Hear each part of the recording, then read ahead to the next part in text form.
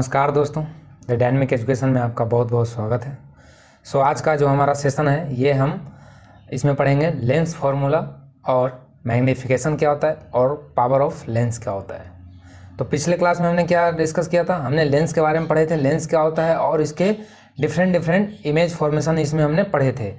और आज हम इस पे क्वेश्चंस कुछ करेंगे और फिर हम इस सेशन को एंड करेंगे। ओके, चलिए वीडियो को स्टार्ट करते हैं।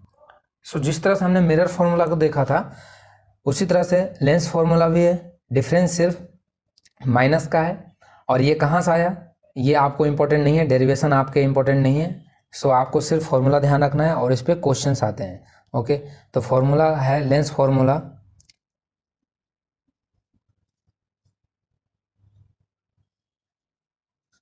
Lens formula and magnification. Okay, और हम पावर भी आज देखेंगे, पावर ऑफ लेंस क्या होता है। तो ये सब हम डिस्कस करने वाले हैं। तो मैं पहले लेंस फार्मूला लिख देता हूँ। तो लेंस फार्मूला होता है 1/v minus 1/u equal to 1/f। ये होता है लेंस फार्मूला। ओके, इसे हम बोलते हैं लेंस फार्मूला। और ये आया कहाँ से मैंने पहले बताया, आपके लिए इंपॉर्टेंट नहीं है, तो बस आपको फार्मूला ध्यान रखना है। और इसमें जो नोटेशन है ये एज इट इज किसके तरह रहेगा, जो हमने मिरर फार्मूला में देखा था कि v को हम किसे लिखते हैं, v is the image distance and f is the focal distance and u is the object distance. Same यहाँ भी ऐसा ही है। और साइन कन्वेंशन की बात करें तो देखो, साइन कन्वेंशन की जब मैं बात करूं तो जो उसमें हमने साइन कन्वेंशन देखा था मिरर में, उसी तरह से सेम एज इट इज इसमें भी है। ओके, तो आपको अलग से साइन कन्वेंशन जानने की जरूरत नहीं है, बस आपको ये चीज़ ध्यान रखना है क्या कि फोकल लेंथ कॉन्वेक्स और कॉन्केव लेंस में क्या होता है, उसको मैं समझाना चाहूँगा आपको। फोकल लेंथ क्या हमने पढ़ा था, फोकल लेंथ पढ़ा था कि पोल और फोकस के बीच में डिस्टेंस। तो मैंने कल बताया था ये कॉन्वेक्स लेंस होता है, ये कॉन्वेक्स लेंस है और ये कॉन्केव लेंस है। ओके, ये कॉन्केव लेंस है।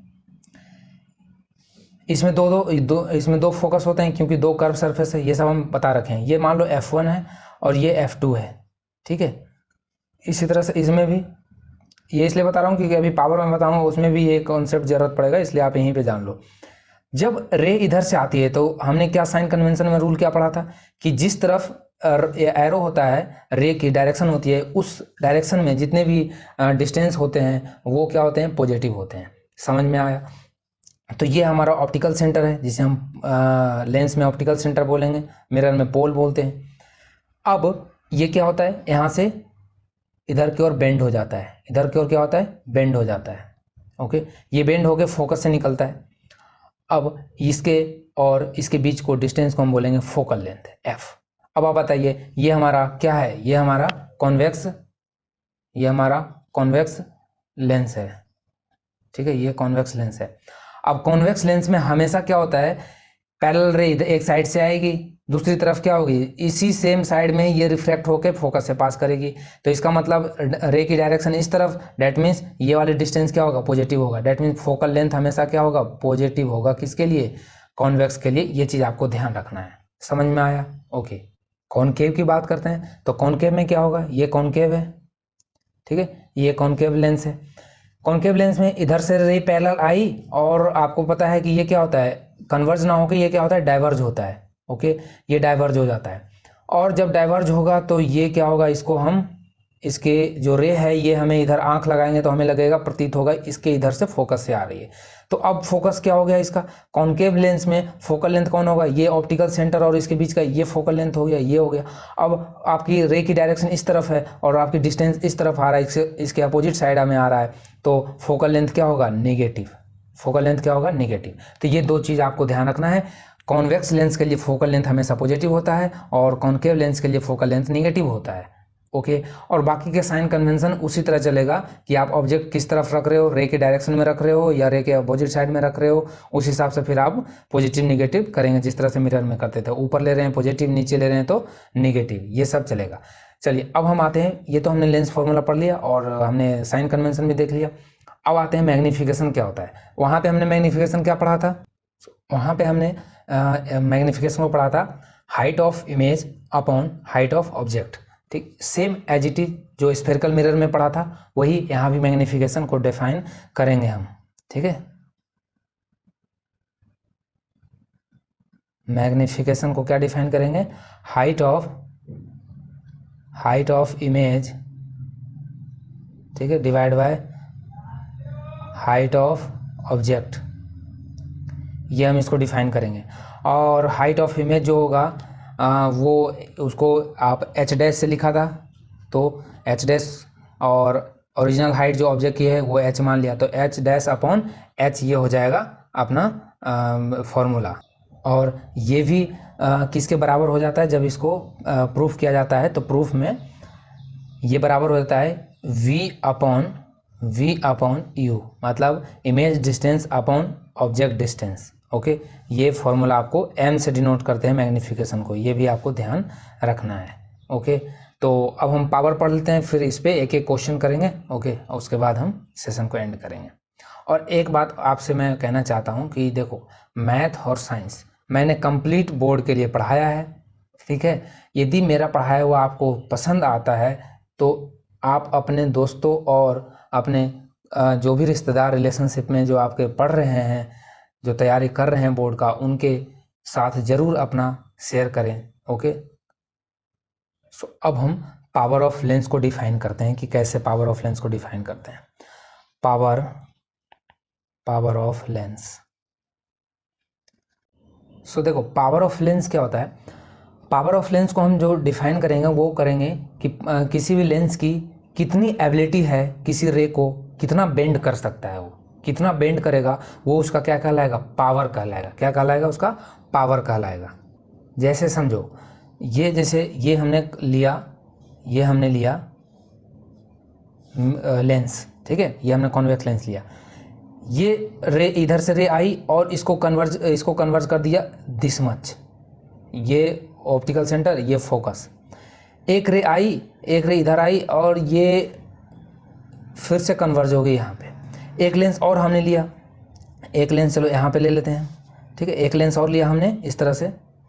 अब इसके बाद इसकी मोटाई थोड़ा ज़्यादा लेते हैं, ये लेंस की मोटाई थोड़ा ज़्यादा है, ठीक है, तो ये क्या करेगा और इसको बेंड कर देगा।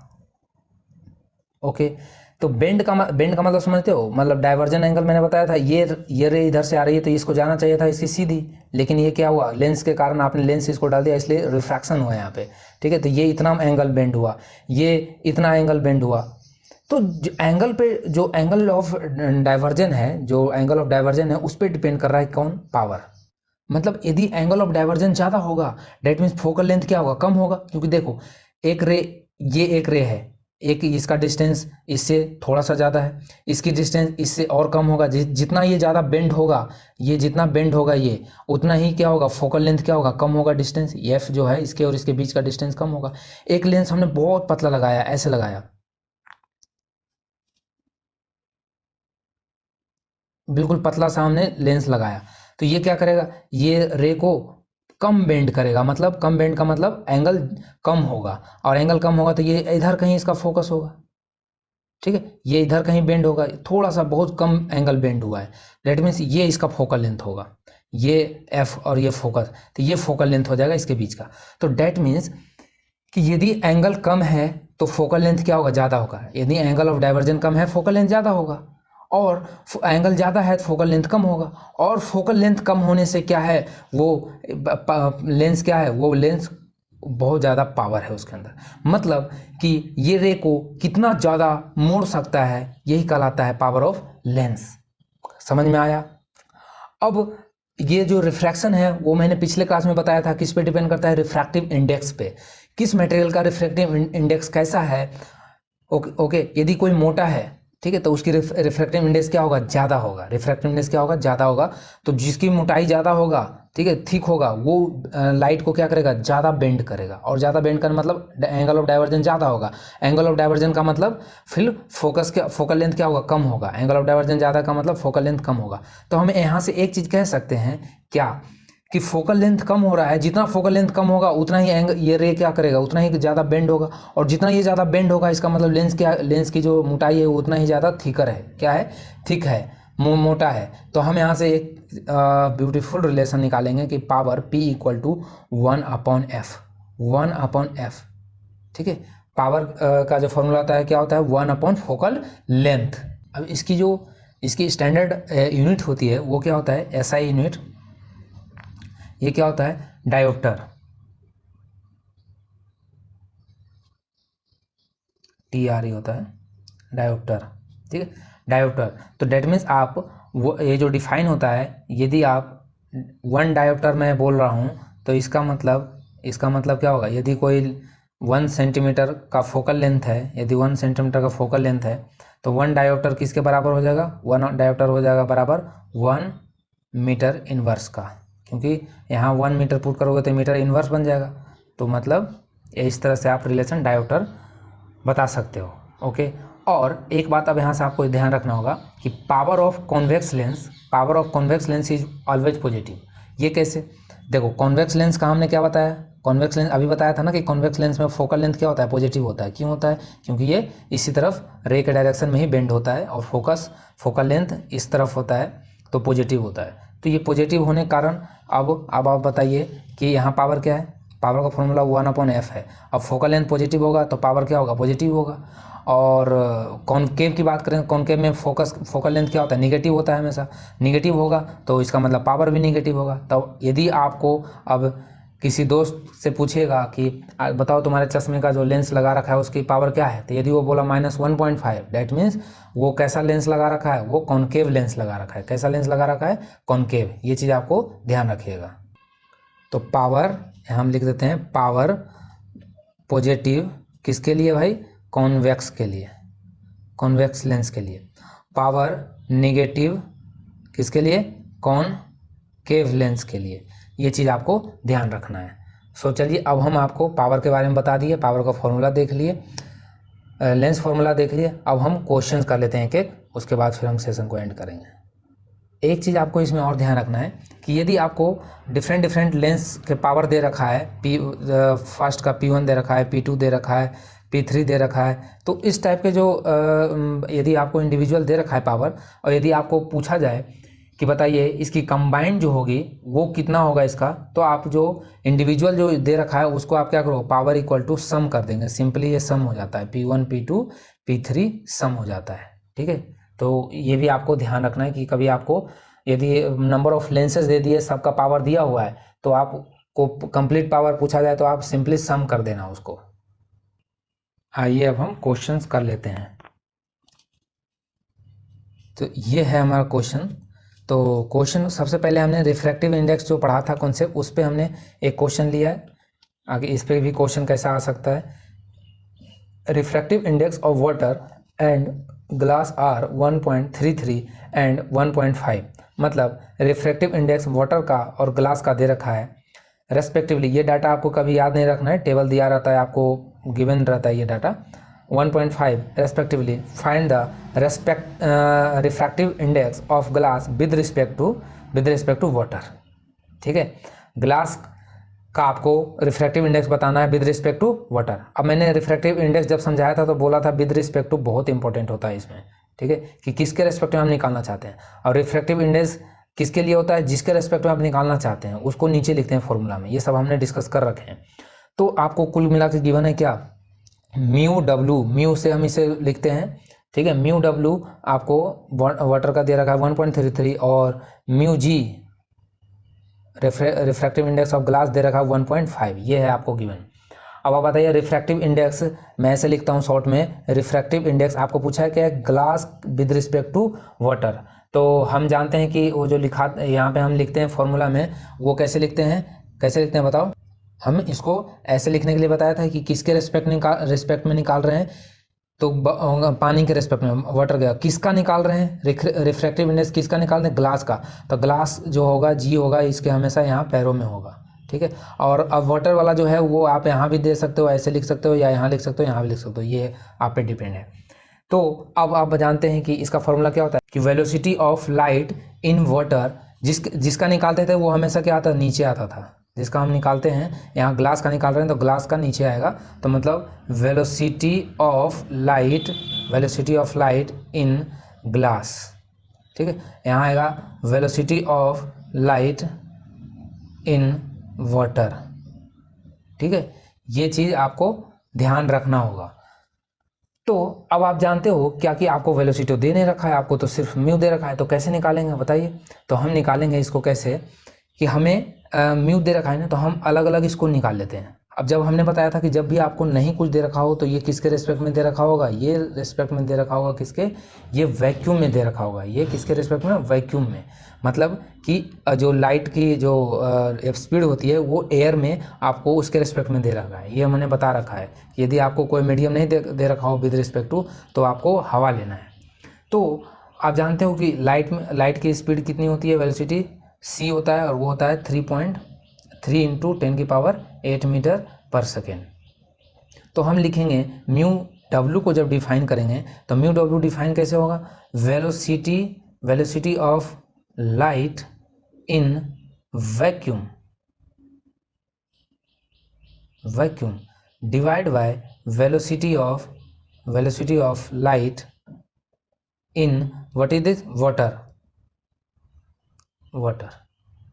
और वेलोसिटी ऑफ लाइट कितना होता है, c होता है, अभी c मान लेते हैं। c अपॉन ये वेलोसिटी ऑफ वाटर क्या होता है, v w लिख देते हैं क्योंकि हमें पता नहीं है। चलिए इसी तरह से हम इसको भी डिफाइन कर सकते हैं, किसको, म्यू g को भी डिफाइन कर सकते हैं, same as it is mu g भी डिफाइन हो सकता है। ग्लास अब किसी के रिस्पेक्ट में नहीं दिया है तो हम एयर के रिस्पेक्ट में लेंगे, वैक्यूम में के रिस्पेक्ट में लेंगे।